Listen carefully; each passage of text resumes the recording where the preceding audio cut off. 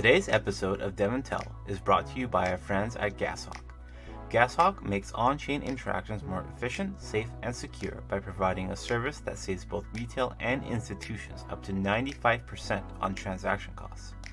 Users can simply set a time preference for their transactions, and GasHawk will hunt for the best possible execution in that time frame.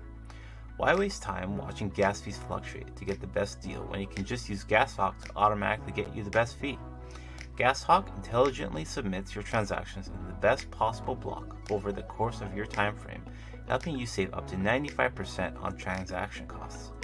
If only I had used GasHawk in the last handful of months, I could have saved myself $800 in gas fees alone.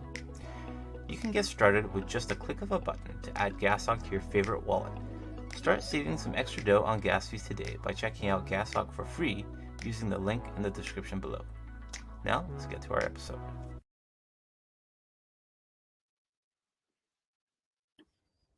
GM, everybody. Welcome to what's going to be another great DevNTell here. So if you didn't know, DevNTell is a 30-minute window for builders to showcase something they're passionate about or have been building on Web3. It's going to be an awesome project we've been working on, unit testing best practices, automation goodies, smart contracts, etc., etc. Basically, if you got a passion for something, this is your opportunity to share it with the community here with Developer Now. And today, I'm ecstatic to have Ryan from Hiro on the show. Welcome, Ryan. Hey, oh yeah, I'm unmuted. I didn't know if I needed to do that. No, thanks for having me, Narb. Appreciate it. Yeah, my pleasure, my pleasure. Ryan's going to be talking or giving us a whole overview of building with Bitcoin Ordinals. So if you're interested in learning on how to get started with that, this is the show for you. But before we get into that, Ryan, would you like to give a brief introduction about yourself, just in case folks aren't familiar? Yeah. So I'm Ryan. Like Narb said, I'm the developer advocate at Hiro. I've been in the crypto space since around 2018. Excuse me. I've been an engineer for about almost 10 years now. I started in the Ethereum space initially, and then I moved to the Bitcoin and Stacks ecosystem around like 2021 or so with the launch of Stacks 2.0. So yeah, that's pretty much my background. Cool. And I guess what was that transition like going from the Ethereum space to the Bitcoin space? Was it you had to start completely brand new from zero, or was there transitional skills there? There were elements. So if anyone's unfamiliar with Stacks, the smart contract language clarity is a bit different than Solidity. And so there was a little bit of a barrier there for about like a few weeks or so, or about a month. But all the other sort of basic concepts that you learn just in crypto itself pretty much translate fairly well. Excellent. Excellent. Great to hear. I guess in the interest of time, do you want to get going with the content here? Yeah, sure. I'm ready when you are. All right. I will bring your slides are on the screen there. All right. Cool. Ready? Let's do it. All right. So yeah, obviously, as you can see by the giant words on the slide here, we're going to be walking through an intro on ordinals, what they are, what are inscriptions, what exactly is the distinction between those two, what are some of the challenges around Bitcoin ordinals and building on those, on that protocol, and also go over a few of tools that we've built at Hiro that make building on this new protocol a lot easier than without them. And I'll also at the end, we have 3 tools that we'll go over, and I'll share my screen and run through a couple high-level demos of those tools. Without further ado, I guess we can run to the next slide, Narm. Cool. Okay. So yeah, ordinals. So what exactly are they? So essentially, ordinals represent a new and novel application on Bitcoin that, at its core, introduces the ability to use Bitcoin for more than just financial transactions. And so what does that actually mean, like in practice? So essentially what ordinals introduced or unlocked was the ability to transform a Satoshi, which is the smallest unit of a Bitcoin, into something that can store arbitrary data. And so this really unlocked Bitcoin to not only just serve as a digital currency, but also as a platform for, say, hosting a variety of digital assets and information. And so, oh yeah, no, you stay on that slide. So yeah, so basically, like a bunch of use cases have been unlocked, i.e., NFTs on Bitcoin, decentralized identity, just storing arbitrary metadata, document verification. I mean, pretty much, you name it. And so oftentimes in this space, you sort of kind of gearing towards like defining the terms a bit more. You see ordinals and inscriptions are often used interchangeably. And so for clarity's sake, when we're talking about ordinals, we're referring to a way to uniquely identify each individual Satoshi using a sequential number. And this numbering allows each Satoshi to be differentiated from every other. And then, when we're speaking about inscriptions, these are like the actual digital assets or data, arbitrary data inscribed onto these individual Satoshis via the ordinals method or protocol, if that makes sense. And so these include things like, images, text, even small pieces of code. I know I was working on a project a few months back and noticed that like jQuery and React, like the actual like programming languages, have just been inscribed on Bitcoin. So you can actually like pull those into your projects, and it's like coming from Bitcoin, which is pretty interesting. So anyway, yeah. So the inscription process embeds this data into a Bitcoin transaction, associating it permanently with a specific Satoshi. And one really big unlock for all of this ultimately was the Taproot upgrade on the Bitcoin network, which introduced more complex smart contract capabilities and improved the efficiency, which allowed something like this ordinals protocol to exist in the first place. And so, okay, so we talked about sort of what ordinals and inscriptions. Those are the definitions in terms, but what I guess exactly is the distinction between ordinals and inscriptions? The distinction really lies in their functionality. So ordinals, like I said previously, refer to the unique sort of identification and numbering system for Satoshis, essentially providing a way to individualize each unit of Bitcoin. And inscriptions, on the other hand, are the actual content itself or data attached to these uniquely identified Satoshis. And so they represent the utilization of the ordinals concept, if you will, to embed or store information directly on the Bitcoin blockchain. And so maybe like a sort of a summary, or like maybe a more simple way to put it. Like if you think of each Satoshi, which is like the unit of Bitcoin, as like a blank page, the ordinals would represent the page numbers on that page, and the inscriptions would be like the actual text, image, or content that is put onto those pages. So that's like the clear distinction between those two terms that we hear used interchangeably. It kind of drives me nuts because it confused me for a while. So I had to like dive in, like, what is the difference between those two? But yeah. But anyway, yeah. So now it looks like you're on the right slide here.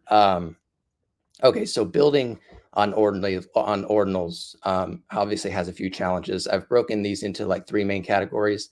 The first is essentially data integrity. So blockchains, as you know, they reorg. And so, transactions that were considered confirmed can suddenly become unconfirmed or discarded if they were, part of the orphan block. And if you're trying to, utilize or build an indexer, ideally you'd be able to detect these events and accurately revert any changes made based on, these orphan blocks, ensuring the integrity and accuracy of its data. The second, if you go to the next slide, there's just a lot of data on the blockchain, and not all of it's necessarily important to your use case as an application developer. And so, if I'm to be the most effective in, building my applications, I need as little context switching and information overload as possible. And so the process of, managing and extracting, this relevant data, especially in regards to ordinals and all the new meta protocols that we'll talk about shortly that are being deployed, I would need something that synthesizes and filters that data for me in an easily consumable way. And then lastly, if you go to the next piece, thank you. Bitcoin's obviously primary design was centered around enabling peer-to-peer transactions of a digital currency. So there's no real consideration, I guess, from like a design perspective. There was no real consideration on how to natively recognize or manage, these distinct identities for each Satoshi, which Ordinals protocol does. Or, for that matter, support the embedding of, rich data directly into the blockchain, aside from, simple transactional information. And so being able to operate and interact on top of the existing Bitcoin infrastructure and, leveraging the flexibility within certain parts of Bitcoin transactions is more of a creative process rather than like a feature designed into the protocol itself. So that could be super challenging to try and build off of that, because you're kind of just winging it in a lot of ways. And so, you can go hop over to the next slide. And of course, ta-da, we have all the solutions for that now. We have a few really good tools that do provide a lot of key solutions for the challenges that we just went over. And so these tools were built and designed to obviously alleviate a lot of the pain points or challenges, to the point that we don't just build and advocate for these tools and others to use them. We actually, we dog food and use these tools ourselves. For instance, the Stacks Explorer is powered by the Ordinals API.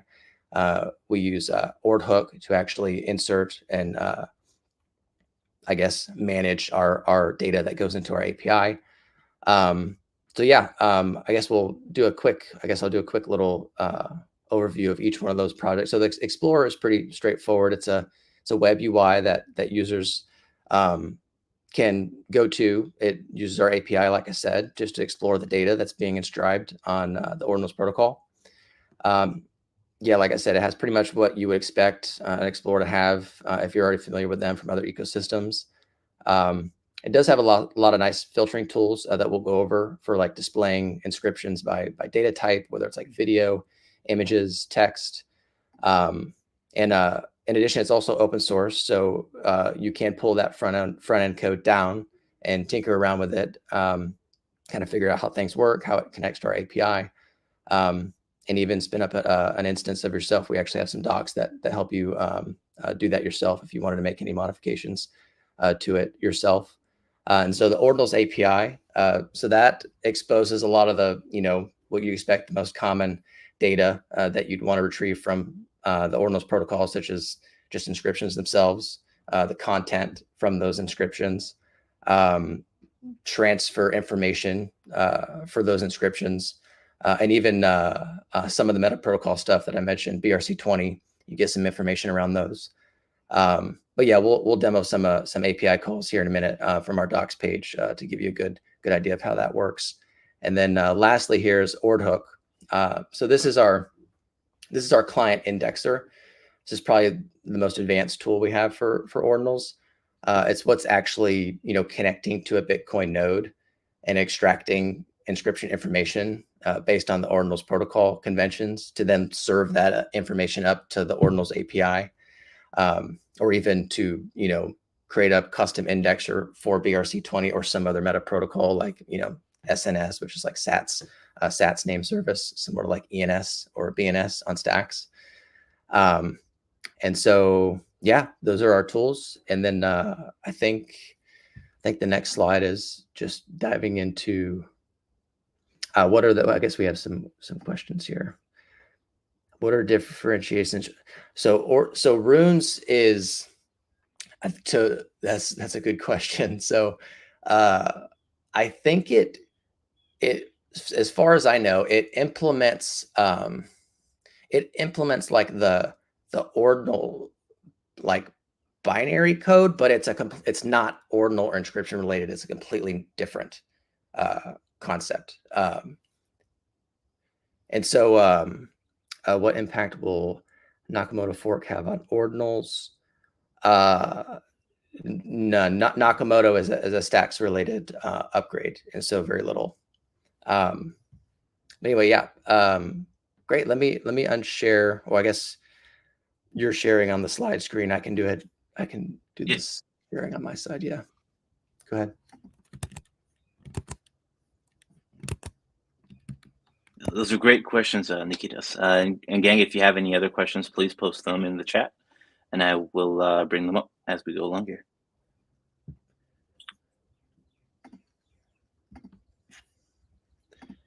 All right. Just waiting on the screen share. Right. Cool. Yep, there we go. Good. Yep. All right. And so yeah, so here's our Explorer. Go ahead and the front page basically just gives you your latest inscriptions. Looks like some people are inscribing.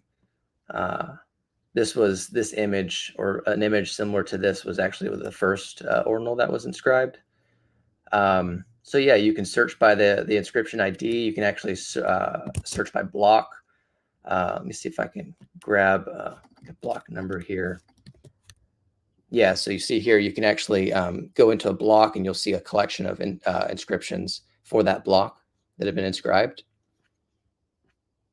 And then we'll take a look at this hamburger one here. And so, yeah, each individual inscription, you get all the metadata, all the properties that belong to it right here. And it's pretty clean Explorer. You have these tabs that appear in the corner, inscriptions. This is where you can do a lot of like your cool filtering. You could filter just only by images. Yeah, everybody, something's going on here with this this image. You can do video, and then some of the meta protocol stuff. So here's BRC20. So this is you get this sort of text up here. It's kind of like it's a protocol. It's obviously trying to not use the words protocol to describe it, but it's just a set of rules and conventions that it's pure just consensus level, where you say this is kind of the rules of this particular token. So it's very similar to like ERC20, 720, I mean. And so yeah, people are minting and transferring and basically building tokens aside from Bitcoin on the Bitcoin main chain here. And so here's our, and do you have I guess I can, Narv, I can share some links here that I think is probably pretty important for people if they want to take a look at the code on the Explorers and stuff. Here, let me bring that back up. Sure. It looks like there's a couple more questions in here.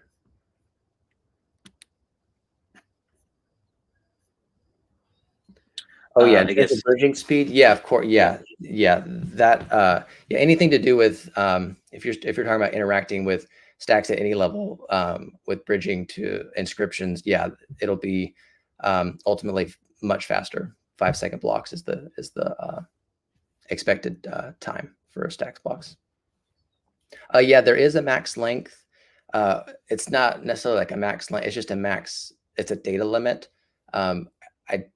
It's the same data limit that Bitcoin blocks have. I don't know that off the top of my head. But yeah, there are limits.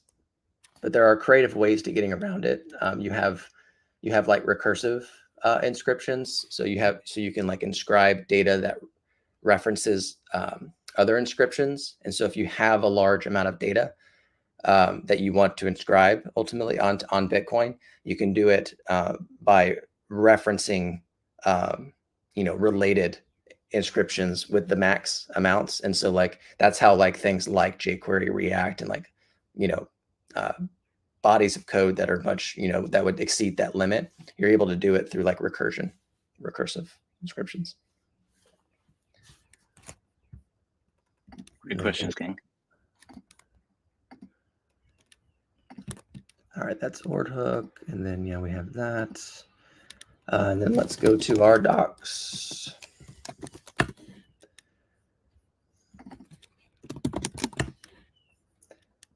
And so here we have, here's the Ordinals API reference page. Let me go ahead and send this in the group too.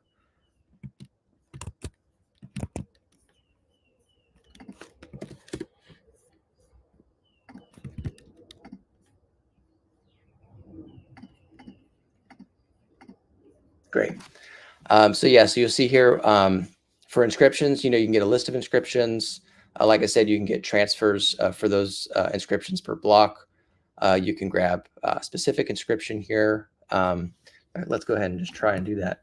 Let's go ahead and grab this guy. We'll grab the ID. And we can actually do this inline on our docs page. I'll go ahead and pass that in and execute. And there you go. Get back a bunch of information. And they actually have recursive references that get returned in the responses in the API.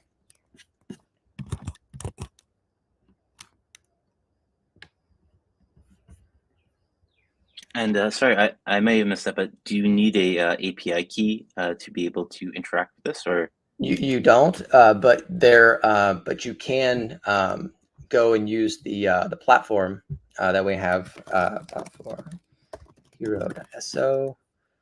This is another cloud ID tool that we have, and you'll see it here at the top banner, create API key. So if you start running into like any kind of limits for your use case, you can go ahead and generate one of these API keys and use it. excellent. And then Nikitas asks, the Genesis fee, is that in sats? Yes. Yeah. Cool. Yeah, all sats.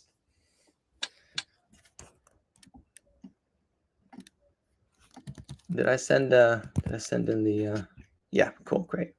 And then yeah, let me see if I can share my whole screen now. I kind of wanted to run through a quick little example of OrdHook. Let me go ahead and send the repo first, and then I'll unshare my screen and then share it back here in a minute.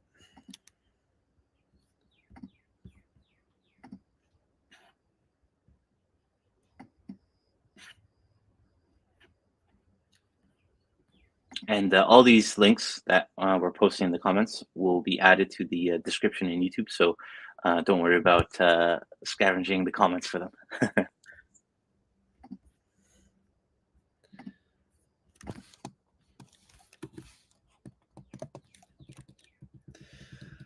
All right. Sweet. Got it.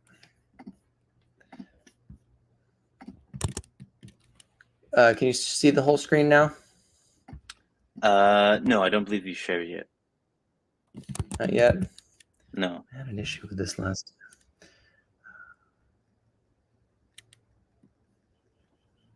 Oh no, don't do this to me again. Go to. Looks like I'm getting some permission stuff here. Hold on. All good. If not, I can run through our README in the docs. Let's see.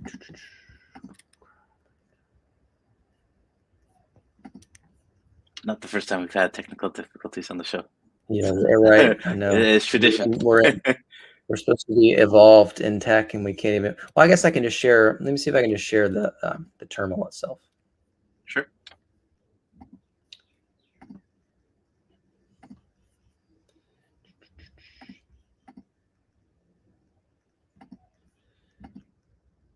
Still nothing. Oh no. It's I telling me to see it. restart Chrome. Okay. Dang it. Okay. All right. Well, let me share the. We'll go back here. Sure. Go back to the browser.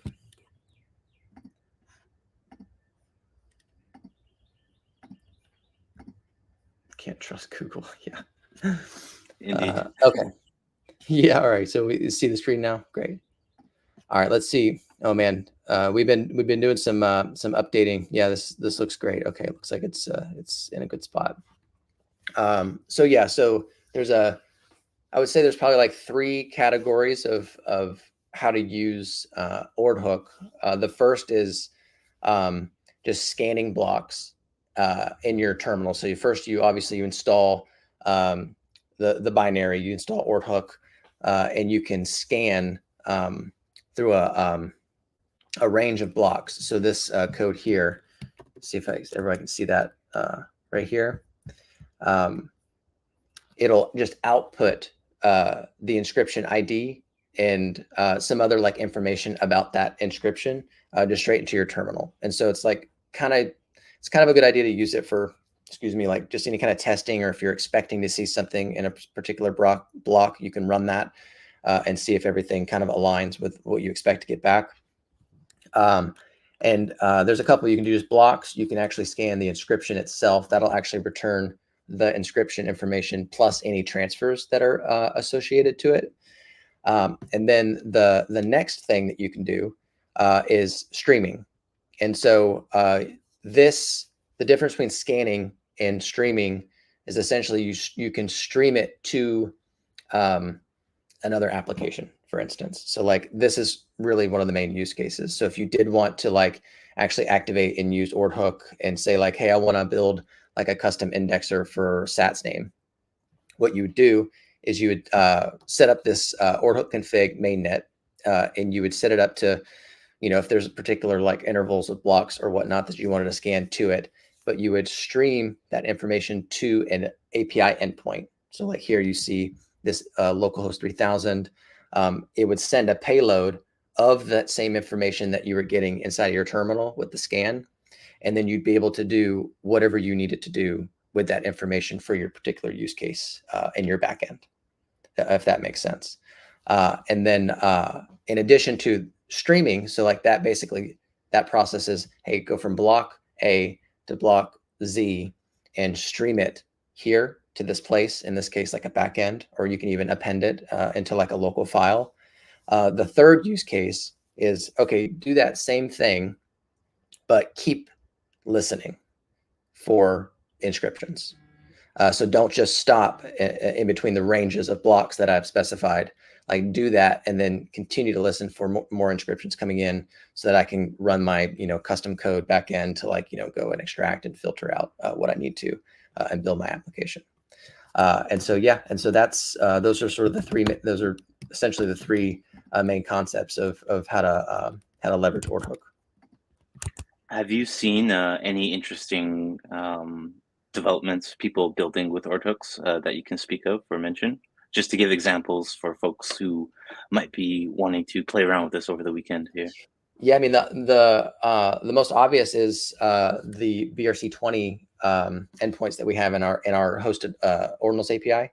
That was leveraged and used using our own OrdHook tool to be able to filter out inscriptions and basically go and find the right rules and understandings of what this BRC20 protocol, meta protocol, requires, and be able to put that information into a database and provide a hosted API for BRC20. And that could be done for any meta protocol. Interesting. Nikitas has another question here. What does Clarity's turning incompleteness fit in with inscriptions, if any? Yeah, no, it doesn't. So inscriptions are purely L1 thing. So it's aside from what Nikita mentioned with like bridging, whether it's bridging an asset from stacks and trying to figure out how to like maybe like inscribe the metadata of like an NFT or some sort of asset on the L1. Aside from that like connection, they're pretty much isolated sort of concepts, ordinals and inscriptions from Clarity and stacks. Great answer and great question. I guess since we're coming up on time here, and we have a nice long weekend, at least in North America coming up, what would you suggest for people who are watching this today and they want to get started building with ordinals? What would be the best way for them to start, and where should they start?